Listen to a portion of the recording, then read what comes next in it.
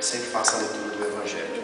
Como vocês vão ficar para a Eucaristia, para não ficar muito prolongado e cansativo, eu vou fazer as preces, depois consagro a água, passo o óleo nela, nós fazemos e administramos o batismo. Bom, eu vou fazer umas preces, vamos responder, lembrai-vos, Senhor. Lembremos de hoje de Sofia, que renasce da água e do Espírito, rezemos ao Senhor. Lembrai-vos, Senhor.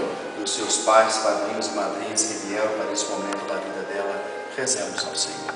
Lembrai-vos, Senhor. De todos aqueles pastores, sacerdotes e ministros e cristãos que acreditam na força do batismo, rezemos ao Senhor. Lembrai-vos, Senhor. De todos que um dia receberam o seu batismo, que lutam pela justiça e pela paz, rezemos ao Senhor. Lembrai-vos, Senhor. Senhor Deus, em nossas preces, que trazemos diante de vós, em nome de Jesus Cristo, nosso Pai, Ele composto no reino e na unidade do Espírito Santo. Amém. O batismo é muito simples.